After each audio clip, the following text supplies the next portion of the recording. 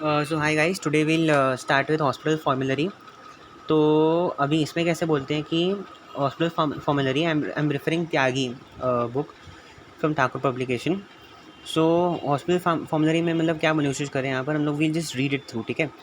The hospital formulary system is method in medical staff of hospital along with the pharmacy and therapeutics committee, ठीक है ना। तो मतलब क्या बोल रहे हैं यहाँ पर, एक देखो, ध्यान से देखो। So the hospital formulary system is method in which the medical staff of hospital along with the pharmacy and therapeutics committee, ठीक है। So medical staff along with the pharmaceutics and therapeutic committee, तो एक medical staff आप लिख दो MS plus PTC, ठीक है ना। सो मेडिकल स्टाफ तो रहेगा ही रहेगा, साथ में PTC भी रहेगा, ओके। तो these will be giving us hospital formulary, okay, very important. तो देखो अभी इसमें लिखता है कि selects and evaluate medical agents that they have dosage form which are not considered useful in the patient care. मतलब जो हमारा MS है, जो मेडिकल स्टाफ जो हमारे पास है, और हमारे पास जो फार्मास्यूटिक्स एंड थेरेपेटिक्स कम्युनिटी है, वो साथ में मिलकर एक ऐसा लिस्ट बनाते हैं, ऐसे डोसेज फॉर्म का लिस्ट बनाते हैं जो हमारे लिए इंपॉर्टेंट नहीं है, मतलब जो पेशेंट केयर के लिए इंपॉर्टेंट नहीं है, वो for that particular hospital, okay. It depends that particular hospital का क्या वे ऑफ वर्किंग है, ठीक है।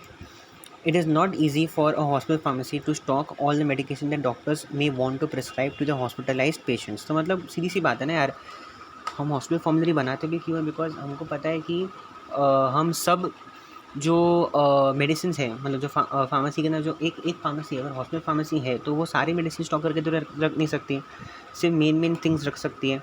तो the hospital pharmacist along with the medical staff of the hospital makes a hospital formulary which includes a list of drugs that the hospital pharmacy stocks. ये सिर्फ उन्हीं drugs को स्टॉक करेगा, ठीक है। The formulary also list the information about each and every drug. तो जो भी ड्रग उन्होंने हॉस्पिटल फॉर्मूलरी के अंदर मेंशन किया गया है, उसके बारे में डिटेल इन्फॉर्मेशन भी रहेगा।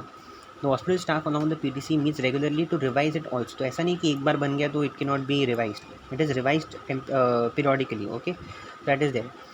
The hospital formulary is used by the physicians to check whether or not the medications required to treat a particular patient are available in the hospital or not।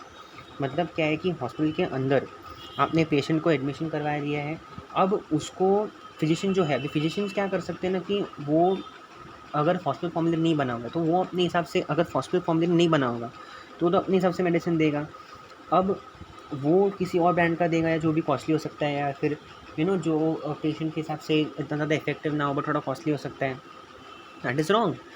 तो इसलिए हर एक हॉस्पिटल में क्या बना के रखा है कि अगर आप एक पेशेंट को ट्रीट कर रहे हो तो इससे क्या नहीं, यूनिफॉर्मिटी देगी कि भाई उसको हम लोग यही पेशेंट, जो भी फिजिशियन आएगा उसको ये पेशेंट यही दवाई देगा। बिकॉज क्या है, फिजिशियंस दूसरे आते जाएंगे, आज ये पेशेंट को आपने ये दवाई दे दी, दूसरा पेशेंट जब आएगा एडमिट होगा तो सेम कंडीशन में जब वो एडमिट होगा तो दूसरा फिजिशियन उसको एडमिट विजिट करेगा तो उसको दूसरा दवाई देगा, तो एक यूनिफॉर्मिटी नहीं रहेगी, ठीक है ना। हॉस्पिटल अपना नोट डाउन नहीं कर पाएगा और दूसरे जो विजिटिंग RMOs रहेंगे वो भी काम नहीं कर पाएंगे।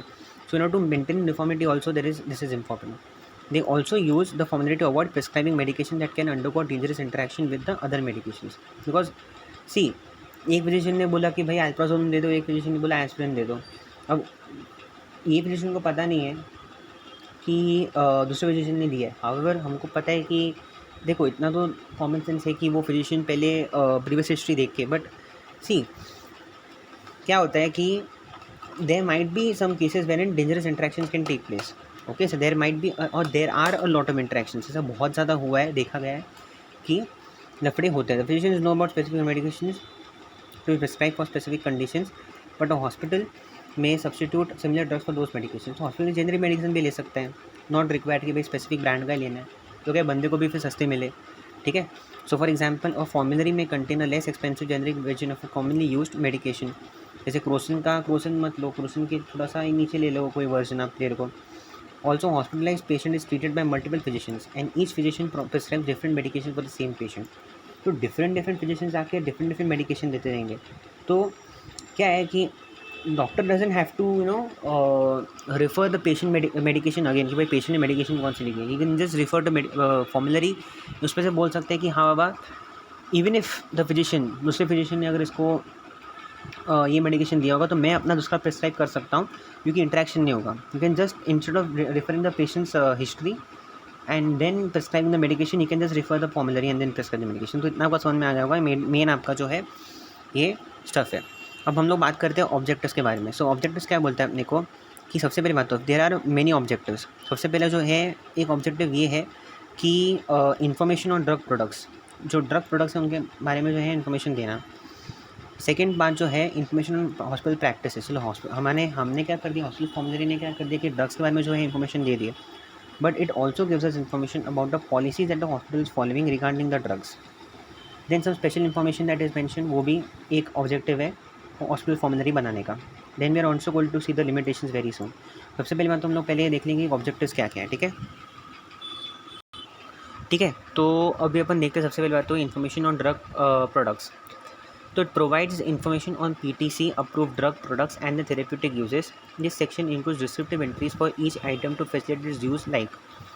मतलब क्या करता है एग्जैक्टली ये जो क्या बोलते हैं अपन उसको, ये जो रहता है ना, ये डिटेल में एकदम ऐसा यूज नहीं लिखेगा, बट एटलीस्ट जो डिस्क्रिप्टिव एंट्रीज है, ठीक है ना, pharmacological action of course it won't right, but जो डिटेल मतलब एक डिस्क्रिप्टिव एंट्रीज हैं, ठीक है, जैसे कि उसका नाम क्या है, ठीक है, जैसे कि उसका जेनरिक नेम क्या है, कॉमन नेम क्या है, ब्रांड नेम क्या है, डोसेज फॉर्म जो है, स्ट्रेंथ क्या है, उसकी पैकेजिंग किस हिसाब से हुई है, ब्लिस्टर पैकेज है कि नॉर्मल पैकेज है, फॉर्मुलेशन क्या है उसका, name of the active ingredient, formulation of the product, ठीक है, मान में dose for adults and paediatrics, dose कितना लेना है, एडमिनिस्ट्रेशन रूट एंड कॉस्ट।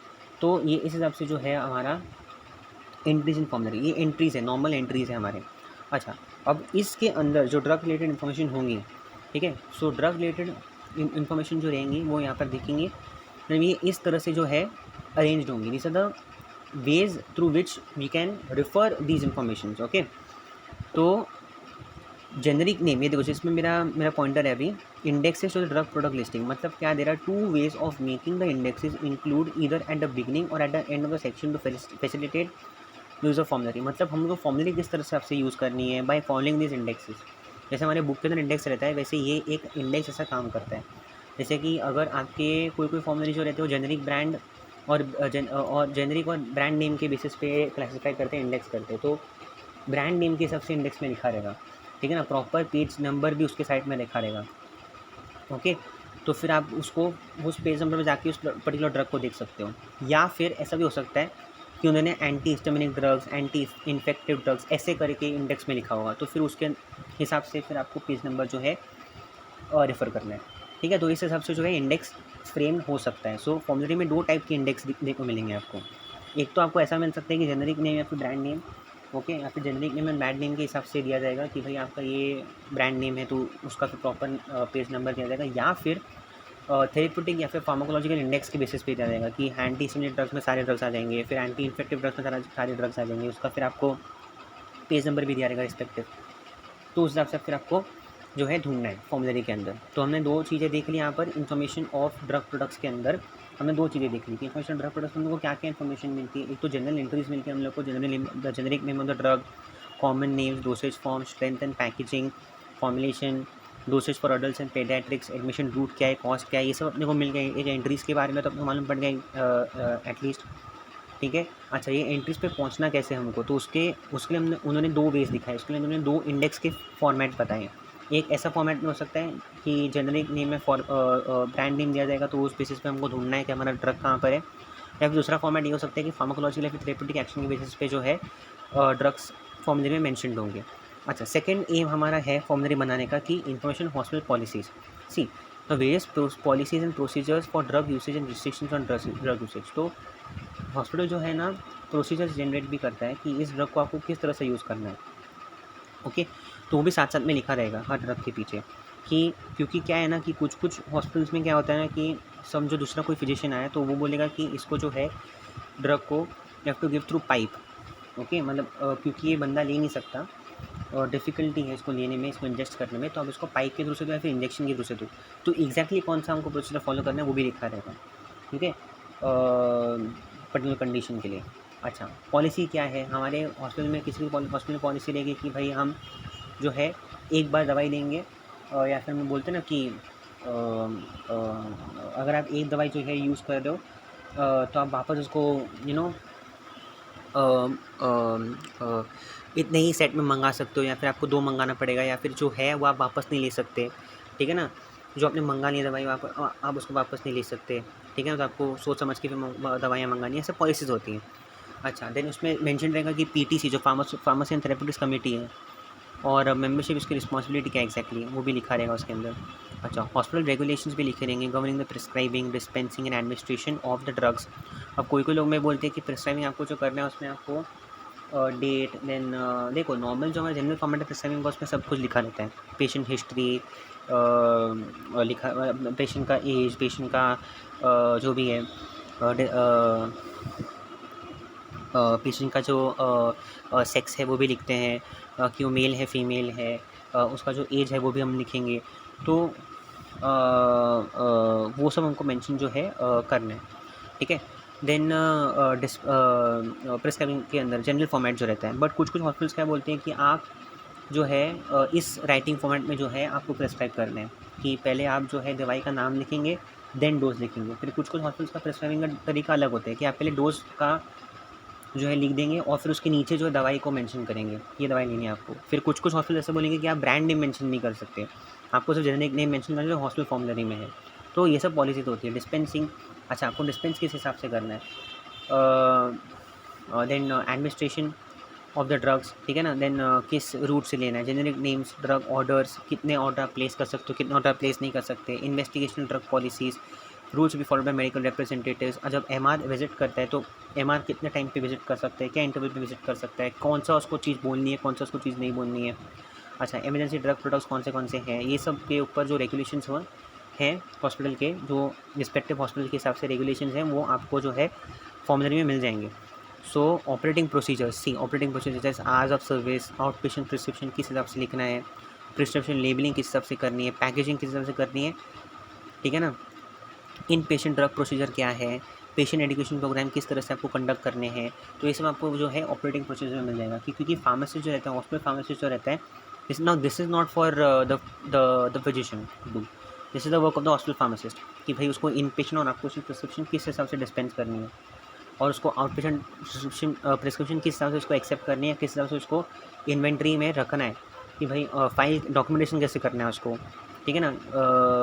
फिर आवर्स ऑफ सर्विस कितना रहेगा। अच्छा, पैकेजिंग, क्योंकि आपको पता है कि जब हमने पहला वाला टॉपिक पढ़ा था हॉस्पिटल फॉर्मुलरी के अंदर, के अंदर, तो in that it was mentioned कि जो भी ड्रग आपको मिले तो उसका अलग से पैकेजिंग और लेबलिंग करनी पड़ती है हॉस्पिटल फार्मासिस्ट को, तो वो भी करनी पड़ेगी उसको। फिर पेशेंट ड्रग डिस्ट्रीब्यूशन प्रोसीजर क्या है, ठीक है ना, आपको उसको काउंसलिंग करनी है, देनी है कि नहीं देनी है। अच्छा, information on the use of formulary like the procedure of entry of a drug, the manner of arranging the entries etcetera. अभी अगर कोई नया एंट्री कर रहा होगा तो कैसे एंट्री करेगा, आपको ड्रग्स किस हिसाब से अरेंज करनी है, हॉस्पिटल की पॉलिसीज़ के हिसाब से अरेंज करना है, करेक्ट है। कि न्यू डील ड्रग जो है वो पहले मेंशन होगा, और जो पुराने ड्रग्स जो रहेंगे पीछे मेंशन होंगे। कोई पर्सन बोलेगा कि नहीं, जो पुराने सदियों से चलते आ रहे हैं उसको आप पहले मेंशन कर दो, जो नए हैं उसको पीछे मेंशन कर दो। तो अलग अलग पॉलिसीज़ होती हैं, ठीक है। तो ये सब है। तो हॉस्पिटल फॉर्मुलरी में जब जो इन्फॉर्मेशन है हॉस्पिटल पॉलिसीज़ के बारे में, क्या क्या देखने को मिल रहा है, पीटीसी एंड मेंबरशिप के बारे में, कि फार्मेसी थेरेप्यूटिक्स कमेटी का मतलब क्या है, और उसकी मेंबरशिप की रिस्पॉन्सिबिलिटीज़ क्या, उसकी मेंबर्स की रिस्पॉन्सिबिलिटी क्या होगी, वो भी हमको देखना है। Okay, then at the same time you also have to see that hospital के रेगुलेशंस क्या है regarding the prescribing of the drugs, regarding dispensation, regarding the administration of the drugs, regarding generic names, drug orders किस हिसाब से place करने हैं, और जो पॉलिस ड्रग्स हैं उनका इन्वेस्टिगेशन किस हिसाब से होगा। क्योंकि हमको पता है कि हॉस्पिटल फार्मासिस्ट क्या करता है कि उनको इंस्पेक्ट भी करता है, और आपको पता रहेगा हॉस्पिटल फार्मासिस्ट का जो एक कैबिन रहता है, जो भी है वो उस पर्टिकुलर एरिया के अंदर, हॉस्पिटल फार्मेसी के जो पर्टिकुलर एरिया रहता है उसके अंदर आपने देखा है कि सॉर्टिंग वाला एरिया भी रहता है, जहाँ पर उसको हर एक ड्रग को इंस्पेक्ट और सॉर्ट करना होता है। ओके, तो उसको फोर्कलिफ्ट की ज़रूरत पड़ती है। If you must have seen my videos पहले वाले, ठीक है। फिर ये सब हो गए। देन ऑपरेटिंग प्रोसीजर भी सेम जैसा ही है, जैसे कि मतलब आवर्स ऑफ सर्विस कितना काम करना है आपको, पेशेंट प्रिस्क्रिप्शन किस हिसाब से आपको डिस्पेंस करनी है, पेशेंट प्रिस्क्रिप्शन आपको किस हिसाब से आपको स्टोर करके रखनी है, कौन से फाइल में रखनी है, कौन से एंट्री वाइज रखनी है, कैसे, ठीक है। फॉर्मुलरी में अगर आप नया कोई ड्रग एंट्री कर रहे हो तो किस हिसाब से आप एंट्री करोगे, ठीक है। Then various policies and procedure for drug usage and registration of drug usage, for physician के लिए उसको ड्रग किस हिसाब से यूज़ करवाना है। ओके, अच्छा, स्पेशल इन्फॉर्मेशन क्या है, special information is nothing but provides information on the drug dosage schedule, hospital approved abbreviation and special information about drugs. Okay. अभी आप बोलोगे कि मेडिकल एब्रीवेशंस क्या होते हैं। देखो आप जैसे देख सकते हो, these are one of the medical abbreviations, A&O, 3 A&O। तो ये A to Z बहुत सारे एब्रीवेशंस होते हैं and these are abbreviations which are basically use for many conditions, ठीक है ना। और इन्हीं को इंटरप्रेट करके हॉस्पिटल फार्मासिस्ट जो है वो दवाई देता है, ठीक है। तो वो आपको समझना पड़ेगा। तो किसी फॉर्मूले के हिसाब से, किसी हॉस्पिटल फॉर्मूले के हिसाब से कौन से एब्रीवेशंस आपको इस हॉस्पिटल में यूज़ करने हैं वो फिजिशियन को मालूम होना चाहिए। अच्छा, ड्रग डोसेज शेड्यूल क्या है, शेड्यूल एम, शेड्यूल एच वो बोलते हैं ना अपन, वो शेड्यूल्स क्या हैं आपके, कौन सा अलाउड है, स्पेशल इन्फॉर्मेशन अबाउट ड्रग्स, ठीक है। Now the information provided in this section through though varies from hospital to hospital but should be useful to the hospital staff and should be readily available, ठीक है। Nutrition products list होना चाहिए, equivalent dosage of similar drug. अगर आप दूसरा drug दे रहे हो जो सिमिलर है तो उसका इक्वलेंट डोसेज क्या है, क्योंकि विद रिस्पेक्ट टू अगर आप देखो कि फॉर एग्जांपल अगर आप क्रोसिन दे रहे हो किसी बंदे को, तो उसको 500 mg दिया है, ओके। तो कोई बंदा जो है क्रोसिन का दूसरा वेरिएंट देगा या फिर क्रोसिन जैसे कोई दवाई देगा, तो उसका फिर वो दवाई का इक्वलेंट कितना होगा, समझ में आया। तो that can be 650 mg also. हम लोग एनालिसिस में कैलकुलेशन करते हैं ना टाइट्रेशन के टाइम पे, this much of this drug is equivalent to this much of this drug, तो वैसे ही कुछ है। List of hospital approved abbreviations correct है। Guidelines of for calculating pediatric dose alligation methods, list of sugar free drug products, ठीक है। List of hospital approve abbreviations, number of items available for emergency boxes, metric conversions and tables, ठीक है। metric conversion tables for the hospital pharmacist to calculate and the physician to calculate, tables of drug interactions, ये drug interactions हैं तो आप उस हिसाब से देखो भाई। poison control distribution है। these are special informations for the physician to see and the hospital pharmacist to see.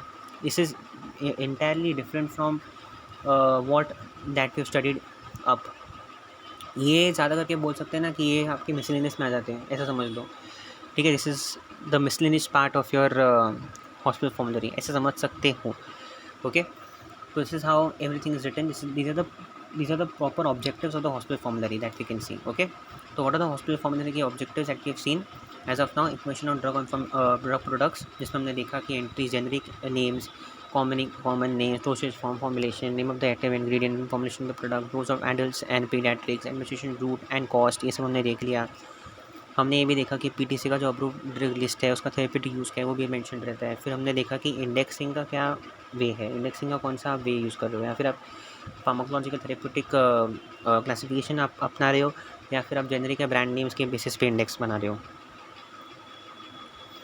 अच्छा, अभी इन्फॉर्मेशन ऑन हॉस्पिटल पॉलिसीज़ की, हॉस्पिटल की पॉलिसीज़ क्या है बेसिकली, आपको कौन से जो है ड्रग प्रिस्क्रिप्शन किस हिसाब से करना है आपको, ठीक है ना। आपको जो है ड्रग यूसेज कैसे करना है उसका, उसके ड्रग रिस्ट्रिक्शंस कौन से हैं, ठीक है। Then you have to understand also that जो फार्मासिस्ट है, हॉस्पिटल फार्मासिस्ट के लिए अगर मैं कुछ बात करूँ तो उसको कैसे ड्रग जो है प्रिस्क्राइब करना है, how to dispense the drug, how to in patient prescription किस तरह से हैंडल करना है, आउट पेशेंट प्रिस्क्रिप्शन किस हिसाब से हैंडल करना है उसको, for the physician operating procedures, ठीक है ना। अच्छा, हॉस्पिटल फार्मासिस्ट के लिए ऑपरेटिंग प्रोसीजर्स क्या क्या होंगे, जैसे कि आज कितने घंटा उसको काम करने का है, पैकेजिंग किस हिसाब से करनी है, और पेशेंट एजुकेशन प्रोग्राम किस हिसाब से उसको रन करना है, पीरियडिकली रन करना है, वीक वाइज, मंथली, किस हिसाब से। अच्छा, पीटीसी के बारे में भी इंफॉर्मेशन दिया जाएगा कि फार्मेसी एंड थेरेप्यूटिक्स कमेटी क्या होती है, उसकी मेंबरशिप के रिस्पॉन्सिबिलिटीज़ क्या है। Then generic name, drug orders, कौन से जेनरिक नेम्स आप मंगा सकते हो, कौन से ड्रग आप ऑर्डर कर सकते हो, इन्वेस्टिगेशन ड्रग पॉलिसीज़, इंस्पेक्ट कैसे करोगे, इन्वेस्टिगेशन कैसे करोगे, एंड स्पेशल इन्फॉर्मेशन में तो सारी मिसलेनियस एंटर्ड है। तो I will go to limitations का सिर्फ इतना लिमिटेशंस है ना कि it may prevent the physician's right to prescribe and obtain the drug brand of its own choice, ठीक है ना। अभी कोई एमआर आया, कोई एमआर ने उसको बोला कि भाई ये ब्रांड का जो है ड्रग ये अच्छा है, और दूसरा एमआर आया उसने बोला कि ये ब्रांड का ड्रग जो है वो अच्छा है, तो फिजिशियन सोचता है फिर अपने आप को थोड़ा सा बात करता है अपने आप से, या फिर सोचता है कि मेरे हिसाब से this brand is good, okay. तो क्योंकि उसको वो सोचते हैं कि मैंने ब्रांड जो है बहुत बार पेशेंट्स पे यूज़ भी किया है, और ये मेरे को ये it is giving me the proper results as well, so what I will do is I use this brand. दोनों का प्रॉब्लम कुछ नहीं है, बट एफिकेसी जो है एक ही ज़्यादा दिख रही है as compare to the other, ठीक है ना। तो ये जो है ना, ये हॉस्पिटल फॉर्मूले का सिर्फ एक लिमिटेशन है कि ये जो है राइट, जो फिजिशियन का राइट है कि कुछ भी मेडिसिन प्रिस्क्राइब कर सकता है वो एक राइट छीन लेता है एंड उसको फिर हॉस्पिटल फॉर्मूले के हिसाब से जो प्रिस्क्रिप्शन देनी पड़ती है। In many cases the system allows a pharmacist to decide which drug brand is to purchase and dispense. तो फार्मासिस्ट डिसाइड करता है कि भाई कौन सा ब्रांड जो है हॉस्पिटल को सही पड़ेगा और पेशेंट की केयर के लिए अच्छा है। It doesn't provide any discount or scheme to reduce the drug cost to the patients which the hospital received while purchasing the drug in bulk quantity। अब क्योंकि हम जितनी ड्रग्स मंगाएंगे, देखो hospital will always try to reduce cost, so it will only many times it will see that मैं जितनी drugs मंगा लूँ अपना कॉस्ट सेव कर लूँ, और बल्क में मंगाएगा तो जो वो कॉस्ट सेव करेगा उसका कोई बेनिफिट हमारे बंदों को नहीं मिल रहा है ना, ठीक है। जो इन्होंने बल्क ड्रग जब उठाए, उनको जो ऑफर डिस्काउंट्स मिले थे वो हमको तो उसमें कुछ काम वाला नहीं है, बिकॉज दो डिस्काउंट्स जो है वो हमारे पे लागू होते ही नहीं है। वी कैन नॉट अवेल दो discounts and in hospital pharmacy with no staff pharmacy the system में allow purchasing of inferior quality drug. अभी ऐसा हॉस्पिटल फार्मेसी जहाँ पर स्टाफ फार्मासिस्ट ही नहीं है, जहाँ पर फार्मासिस्ट का जो स्टाफ ही नहीं है, अनट्रेन स्टाफ है, अगर ऐसा सिस्टम वहाँ पर चल रहा है तो वो तो वाट लग जाएगी पूरी तरह से। इन्फीरियर क्वालिटी ड्रग्स मंगाएंगे, उन लोग तो खाली देखेंगे भाई जिसका कॉस्ट कम है वो मंगाएंगे हम, तो दिस इज़ रॉन्ग। तो वो एक चीज़ है, ठीक है। सो वो एक चीज़ जो है हमको जो है बराबर जो है देखनी पड़ती है, लिमिटेशन है ये। This are the various limitation. एक फर्स्ट लिमिटेशन क्या है कि जो ड्रग चाहता है अपना डॉक्टर जो उसको प्रिस्क्राइब करे, या फिर जो ब्रांड चाहता है डॉक्टर जो वो प्रिस्क्राइब कर सके, वो प्रिस्क्राइब कर नहीं सकता, क्योंकि हॉस्पिटल फॉर्मूले में दिया हुआ है कि ये पॉलिसी है कि आपको ये ड्रग सिर्फ देना है। दूसरी जो बात है कि बहुत ज़्यादा बार जो हॉस्पिटल फार्मासिस्ट होता है वही डिसाइड करते हैं कि कौन सा ब्रांड देना है, कौन सा ब्रांड नहीं देना है। और क्योंकि हॉस्पिटल फार्मासिस्ट डिसाइड करता है, अभी अगर ऐसा इसके आगे का पार्ट फिर अपन नेक्स्ट वीडियो में लेते हैं, नेक्स्ट टाइम का। फिर अभी तक तो हमने लिमिटेशन साथ ख़त्म कर दिया ना, तो let's do it afterwards only, okay.